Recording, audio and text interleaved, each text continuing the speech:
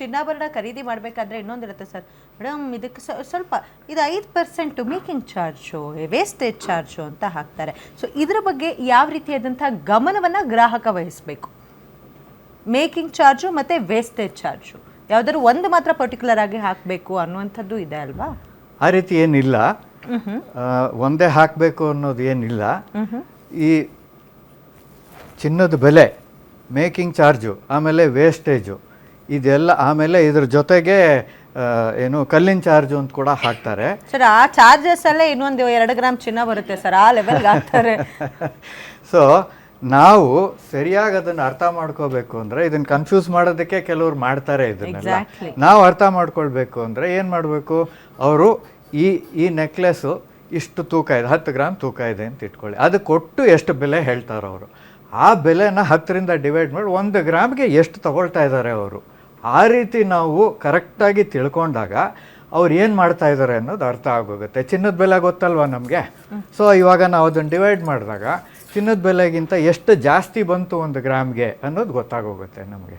ಅಲ್ಲೇ ಅವ್ರ ಬಂಡವಾಳ ಅರ್ಥ ಆಗುತ್ತೆ. ಯಾರು ಕನ್ಫ್ಯೂಸ್ ಮಾಡೋಕ್ಕೆ ಟ್ರೈ ಮಾಡಿದ್ರು ಕೂಡ ಆವಾಗ ನಾವು ಹುಷಾರಾಗಿದ್ದರೆ ನಮಗೆ ಮೋಸ ಆಗುತ್ತೆ, ಸೇಫ್ ಹ್ಯಾಂಡಲ್ ಇರ್ತೀವಿ ಅಂತ. ಆ್ಯಕ್ಚುಲಿ ಮಾತು ಬೆಳ್ಳಿ, ಮೌನ ಬಂಗಾರ ಅಂತಿದ್ರು. ಆ್ಯಕ್ಚುಲಿ ಇವಾಗ ಎಲ್ಲ ಗಂಡ್ಮಕ್ಳು ಹಾಗೆ ಹೇಳ್ತಾರೆ, ಮೌನವಾಗಿರು ಬಂಗಾರಿ, ಚಿನ್ನದ ಹತ್ರ ಬರಬೇಡ ಅಂತ. ಸೊ ನಿಮಗೂ ಆ ಎಕ್ಸ್ಪೀರಿಯನ್ಸ್ ಆಗಿದೆಯಾ? ಆ್ಯಕ್ಚುಲಿ ಈಗ ಚಿನ್ನದ ರೇಟ್ ಜಾಸ್ತಿ ಆಗಿರೋದ್ರಿಂದ ಮನೆಯಲ್ಲಿ ಗಂಡಂದಿರಿಗೆ ಹೆಂಡತಿ ಮೇಲೆ ಪ್ರೀತಿ ಜಾಸ್ತಿ ಆಗೋಗಿದೆ. ಯಾಕೆ ಅಂದರೆ, ಅಯ್ಯೋ ಚಿನ್ನ ಯಾಕೆ, ನೀನೇ ಚಿನ್ನ, ನೀನೇ ಬಂಗಾರ ಅಂತ ಹೇಳಿದಾಗ ಏನಾಗುತ್ತೆ, ಅದು ಒಂಥರ ಲವ್ ಜಾಸ್ತಿ ಆಗುತ್ತೆ. ಬಟ್ ಈ ತರ ರೇಟು ದಂಪತಿ ಮಧ್ಯ ಪ್ರೀತಿ ಹೆಚ್ಚು ಮಾಡ್ತೇವೆ. ಅದು ಚಿನ್ನ ಬಂಗಾರ ಅಂತ ಹೇಳ್ತಾ ಇದ್ರು, ಈಗ ಅದನ್ನ ಪ್ರೂವ್ ಮಾಡಿ ತೋರಿಸ್ತಾ, ಇನ್ನ ಪ್ರೀತಿ ಜಾಸ್ತಿ ಮಾಡಿ, ನೀನೇ ಇದೆಯಾ ಚಿನ್ನ, ನೀನೇ ಬಂಗಾರ, ಇನ್ಯಾಕೆ ನಿನಗೆ ಚಿನ್ನ ಅಂತಂದಾಗ 1 ನಿಮಿಷ ನಾವು ನಮಗೂ ಸ್ವಲ್ಪ ಇದಾಗುತ್ತೆ. ಬಟ್ ಸ್ಟಿಲ್ ಅದರ್ವೈಸು ಕಷ್ಟನೇ ಆಗುತ್ತೆ. ಒಂದು ಚಿನ್ನ ತಗೊಳ್ಳೋದು, ಇದು ಮಾಡೋದು ಎಲ್ಲ ಅಂತ ಅಂದ್ರೂ ಸ್ವಲ್ಪ ಕಷ್ಟನೇ ಆಗ್ತಾ ಇದೆ ಅಂತ ಹೇಳಿ ಇವನ್ ಪಬ್ಲಿಕ್ ಅವರು ಎಲ್ಲ ಹೇಳ್ತಾ ಇದ್ದಾರೆ. ಸೊ ಮೇಡಮ್ ಅವ್ರು ಹೇಳ್ದಂಗೆ ರೋಲ್ಡ್ ಗೋಲ್ಡ್ ಏನೇನೆಲ್ಲ ಗೋಲ್ಡ್ಗಳೆಲ್ಲ ಬರ್ತಾ ಇದೆ. ಸೊ ಸರ್ ಹೇಳ್ದಂಗೂ ಕೆಲವು ಪಾಯಿಂಟ್ಸ್ಗಳನ್ನ ನಾವು ಅಂಗಡಿಗೆ ಹೋದಾಗ ತುಂಬ ಇವತ್ತಿನ ಡೇಟಿಗೆ ತುಂಬ ಇಂಪಾರ್ಟೆಂಟ್ ಆಗಿ ನಾವು ನೋಡಬೇಕಾದ್ರೆ ಸರ್ ಹೇಳಿರೋ ಕೆಲವು ಪಾಯಿಂಟ್ಸ್ಗಳು ಮಹಿಳೆಯರಿಗೆ. ಯಾಕಂದರೆ ಎಷ್ಟೋ ಜನ ಮಹಿಳೆಯರು ಏನು ಮಾಡ್ತಾರೆ, ಹಸ್ಬೆಂಡ್ಗಳಿಗೆ ಹೇಳ್ದೆ ಗೋಲ್ಡನ್ನ ಪರ್ಚೇಸ್ ಮಾಡೋದು ಈ ಥರ ಎಲ್ಲ ಮಾಡ್ತಾ ಇದೆ. ಬಟ್ ಮಾಡಿದ್ರು ಕೂಡ ಇವತ್ತಿನ ಡೇಟಲ್ಲಿ everything should be a smart move ಅಂತ ಹೇಳ್ತಾರೆ. ಸೊ ಸರ್ ಹೇಳಿರೋ ಕೆಲವು ಪಾಯಿಂಟ್ಸನ್ನು ಅವ್ರು ತಗೊಂಡು ಸೊ ಅಂಗಡಿಯವ್ರ ಹತ್ರ ಮಾತಾಡಿ ಚರ್ಚೆ ಮಾಡಿ ಈ ಥರ ಬಿಲ್ ಸಮೇತ ಮತ್ತು ಎಷ್ಟು % ನಾವು ಕೊಟ್ಟರೆ ಕೊಡ್ತೀರಾ, ಇದೆಲ್ಲ ಅವರು ಪಾಯಿಂಟ್ಸ್ನೆಲ್ಲ ಇಟ್ಕೊಂಡು ತಗೊಳ್ಳೋದೊಂದು ಸ್ಮಾರ್ಟ್ ಮೂವ್ ಇವತ್ತಿನ ಡೇಟಲ್ಲಿ. ಸ್ಮಾರ್ಟ್ ಮೂವ್ ಅಂದಾಕ್ಷಣ ಇನ್ನೊಂದು ಪ್ರಶ್ನೆ ಸರ್ ಬಂಗೇರ ಸರ್ಗೆ ಕೇಳಬೇಕು. ಸೊ ಸ್ಮಾರ್ಟ್ ಮೂವ್ ಇವಾಗ ಏನಾಗಿದೆ ಅಂದರೆ, ದುಡ್ಡನ್ನ ಬ್ಯಾಂಕಲ್ಲಿ ಇಡೋ ಬದಲು ಚಿನ್ನದ ಮೇಲೆ ಇನ್ವೆಸ್ಟ್ ಮಾಡುವಂತ. ಬಟ್ ಯಾವ ರೀತಿಯಾದಂಥ ಇನ್ವೆಸ್ಟ್ ಮಾಡಬೇಕು ಅಂದರೆ, ಚಿನ್ನವನ್ನ ಪರ್ಚೇಸ್ ಅಂದರೆ ಆಭರಣ ಪರ್ಚೇಸ್ ಮಾಡೋ ಮೂಲಕ ಏನಾದರೂ ಇನ್ವೆಸ್ಟ್ ಮಾಡಬೇಕಾ 1 ಪಾಯಿಂಟ್, ಅಥವಾ ಬಿಸ್ಕೆಟ್ಗಳನ್ನ ಖರೀದಿ ಮಾಡೋ ಮೂಲಕ ಮಾಡಬೇಕಾ, ಅಥವಾ ಬಾಂಡ್ ಖರೀದಿ ಮಾಡೋ ಮೂಲಕನಾ? ಗೋಲ್ಡ್ ಬಾಂಡ್ ಇದೆ, ಅದು ತಗೊಳ್ಬೋದು. ಗೋಲ್ಡ್ ಬಾಂಡ್ ತಗೊಳ್ಬೋದು, ಅಥವಾ ಬಿಸ್ಕೆಟ್ ಅಂತ ತಗೊಳ್ಬೋದು. ಈಗ ನಂದೊಂದು ಅಭ್ಯಾಸ ಇತ್ತು, ವರ್ಷಕ್ಕೆ 1-2 ಬಿಸ್ಕೆಟ್ ತಗೊಳ್ಳೋ, ಒಂದು ಎವ್ರಿ ಇಯರ್ ತಗೊಳ್ತಿದ್ದೆ. ಅದು ಮನೇಲಿ ಇರ್ತಿತ್ತು. ಯಾವುದೋ ಒಂದು ಅರ್ಜೆಂಟಿಗೆ, ಯಾವುದೋ ಒಂದು ನಮ್ಮ ಮಗನ ಮದುವೆಗೆ ನಾವು ಚಿನ್ನ ಜಾಸ್ತಿ ಪರ್ಚೇಸ್ ಮಾಡೋ ಬದಲು ನಾವು ಅದನ್ನು ಮನೆಯಲ್ಲಿದ್ದ ಚಿನ್ನ ಸ್ವಲ್ಪ ಹಾಕಿ ಮತ್ತು ಸ್ವಲ್ಪ ತಗೊಂಡಿದ್ದೇವೆ. ಅಂದರೆ ಬಿಸ್ಕೆಟ್ ಗುಡ್ ಕ್ವಾಲಿಟಿ ಬಿಸ್ಕೆಟ್, ಅಂದರೆ ನಿಮ್ಮ ಇದು ಬಿಸ್ಕೆಟ್ ಅಲ್ಲ, ಒಳ್ಳೆ ಇದರದ್ದು ರೇಟಿಂಗ್ ಇದ್ದದ್ದು, ಅದನ್ನು ತಗೊಂಡು ಇಟ್ಕೊಳ್ತಿದ್ದೇವೆ ನಾವು. ಈಗ ಇತ್ತೀಚೆಗೆ ನಾವು ಈ ವರ್ಷ ಅಂತೂ ಅದರ ಬಗ್ಗೆ ಯೋಚನೆ ಮಾಡೋಲ್ಲ. ಯಾಕೆಂತ ಹೇಳಿದ್ರೆ ಅಷ್ಟು ಸೇವಿಂಗ್ಸ್ ಬೇಕಾಗುತ್ತೆ ನಮ್ಮ ಹತ್ರ. ಆ ಸೇವಿಂಗ್ಸ್ ಅಲ್ಲ, ಗೋಲ್ಡ್ ಬಾಂಡ್ ಅದು ತುಂಬ ಬಂದಿದೆ ಈಗ. ಅದರಲ್ಲೂ ನಾವು ಯೋಚನೆ ಮಾಡಬೇಕಾಗಿದೆ. ಯಾಕೆಂತ ಹೇಳಿದ್ರೆ ನೀವು ಮಿನಿಮಮ್ ಇಷ್ಟು ಹಾಕ್ಬಿಡಿ, ಒಂದು 10 ವರ್ಷದ ಮೇಲೆ ನಿಮಗೆ ಇಷ್ಟು ಬರ್ತದೆ. ಆವಾಗ ಬೆಲೆ ನೋಡೋದು ಅವರು, ಇವತ್ತಿನ ಬೆಲೆ ಅಲ್ಲ. ಇವತ್ತಿನ ಬೆಲೆ ನಾವು ಹಿಂದೆ 450-500 ರೂಪಾಯಿ ಚಿನ್ನಕ್ಕಿರುವಾಗ, ಗ್ರಾಮಿಗಿರುವಾಗ, ಆ ಬೆಲೆಗೆ ನಾವು ಏನೋ ಗೋಲ್ಡ್ ಬಾಂಡ್ ತಗೊಂಡಿದ್ರೆ ಅದು ಆ ಬಾಂಡಿಗೆ ಫಿಕ್ಸ್ ಆಗಿರ್ತದೆ. ಬಟ್ ಇವತ್ತು ಅದರ ಬೆಲೆ ಜಾಸ್ತಿ ಆಗಿರ್ತದೆ ಅಲ್ವಾ? ಸೊ ನಾವು ಇವತ್ತು ಗೋಲ್ಡ್ ಬಾಂಡಲ್ಲಿ ಇನ್ವೆಸ್ಟ್ ಮಾಡ್ಬೋದು. That is also good move. Second move is buying the gold biscuits.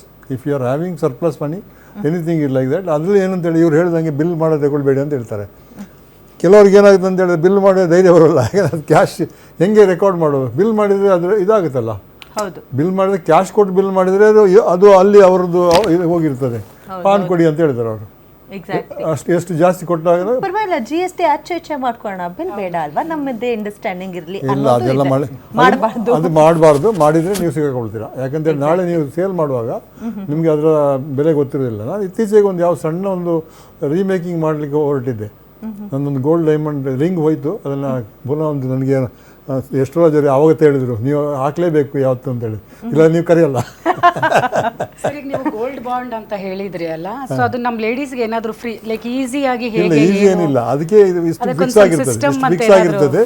ಆಮೇಲೆ ಆ ರಿಟರ್ನ್ ಎಷ್ಟು ಬರ್ತದೆ ಯಾವ ಕಂಪನಿ ಅಂತ ಆ ಥರ ಏನಾದರೂ ಇಲ್ಲ. ನಾವು ಕಂಪನಿ ಅಂದರೆ ಇಲ್ಲ ಟು ಸೆಲೆಕ್ಟ್ ಇಟ್. ಅದು ತುಂಬ ಜನ ತುಂಬ ಫೇಕ್ ಕಂಪನಿಗಳು ಬರ್ತಾ ಇರ್ತದೆ. ಅದು ಕೇರ್ಫುಲ್ ಆಗಿರಬೇಕು. ಹೌದು ಯಾವುದೋ ಪ್ರಾಮಿನೆಂಟ್ ಹೆಸರಿದ್ದನ್ನು ಮಾತ್ರ ತಗೊಳ್ಬೇಕು. ಯಾವುದು ಪ್ರಾಮಿನೆಂಟ್ ಇದ್ದರೆ ನಾಳೆ ಏನಾಗುತ್ತೆ ಅಂತ ಹೇಳಲಿಕ್ಕಾಗಲ್ಲ.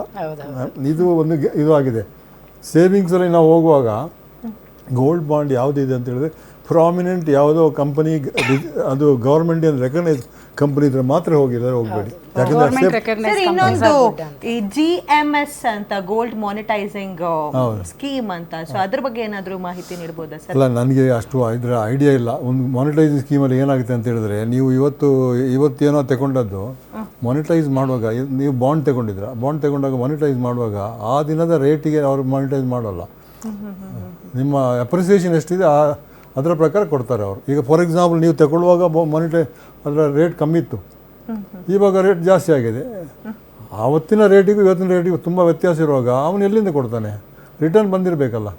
ಓಕೆ, ರಿಟರ್ನ್ ಬಂದಿರಬೇಕಲ್ಲ. ಅವ್ನು ಯಾವುದೇ ಇರಲಿ, ಅವ್ನು ರಿಟರ್ನ್ ಬಂದಿರಬೇಕು. ಅವನಿಗೆ ರಿಟರ್ನ್ ಬರಬೇಕಂತ ಹೇಳಿದ್ರೆ 10%, 15%, 20% ಹಾಕಿರ್ತಾನೆ ಅವನು. ಇದು ಒಂದು ಇಷ್ಟು ವರ್ಷದಲ್ಲಿ ಇಷ್ಟು ಎವರೇಜ್ ಇಷ್ಟು ಬರ್ಬೋದು ಅಂತೇಳಿ ಅದನ್ನು ಹಾಕಿಟ್ಟು ಕೊಟ್ಟಿರ್ತಾನೆ.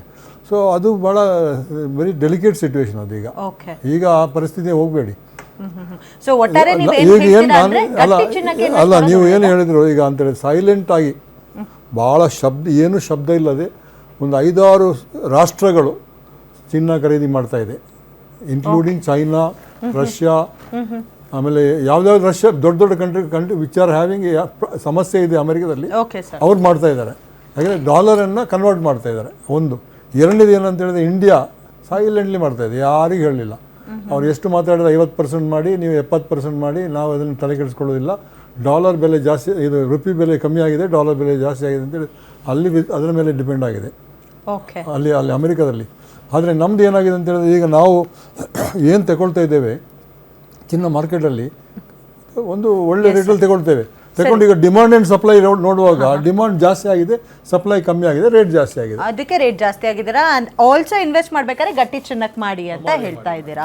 ಸೊ ಅಷ್ಟೇ ಅಲ್ಲ, ಈಗ ಗೋಲ್ಡ್ ರೇಟ್ ಜಾಸ್ತಿ ಆಗಿರೋದ್ರಿಂದ ಏರಿಯಾಗ one plate gold plating jewels ಅಂತ ಅಂಗಡಿನೂ ಜಾಸ್ತಿ ಆಗಿದೆ. ಅದರಿಂದ ಏನಾದರೂ ಚಿನ್ನದ ಮಾಲೀಕರಿಗೆ, ಚಿನ್ನದ ಶಾಪ್ ಓನರ್ಗೆ ಏನಾದರೂ ಕಷ್ಟ ಆಗ್ತಿದೆಯಾ? ಕಷ್ಟ ಇನ್ ದ ಸೆನ್ಸ್ ಗ್ರಾಹಕರು ಬರೋದು ಕಡಿಮೆ ಆಗ್ತಿದೆಯಾ?